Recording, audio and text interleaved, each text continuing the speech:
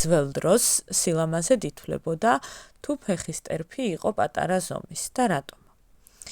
ძველად ყველას არ ჰქონდა საშუალება რომ ეყიდა ფეხსაცმელი. ეხლა თანამედროვე ფეხსაცმელები კიდევ სხვაა და ადრე იკერებოდა ცხოველის ტყავისგან ან სხვადასხვა მასალისგან, რომელიც საკმაოდ ძვირად ფასობდა და ყველას ხელი არ მიუწვდებოდა. შესაბამისად, ღარიბ ადამიანებს უწევდათ ფეხში შველას სიარული და ფეხის ტერფიც ჰქონდათ დიდი ზომის. არისტოკრატები ცდილობდნენ, რომ მოჭერილი ფეხსაცმელიც მოდათ, რომ რაც უფრო პატარა ექნებოდათ ფეხის ტერფი, მით უფრო ლამაზად ჩაითვლებოდა.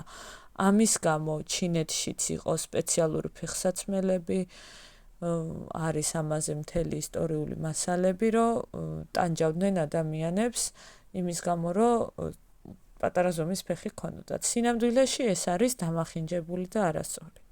პირიქით, ჩვენ როდესაც ფეხში შველა მოძრაობთ, უშუალოდ ვეხებით მიწის ზედაპირს ან ზღვის პირას, დავუშვათ ზღვის წყალს.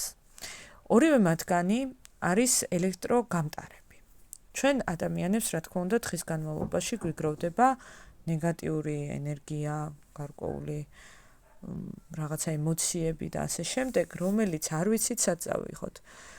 და როდესაც დავუშვათ წყალსთან გვაქვს შეხება, მიწასთან გვაქვს შეხება, ამ ენერგიისგან ვიცლებით. თითქოს დედამიწა ჩვენგან ამ ნეგატიურს გამოდევნის და გვაჯანსაღებს ახალი ენერგიით. ამიტომ ძალიან კარგია ფეხში შველას სიარული თბილამინში, რა თქმა უნდა.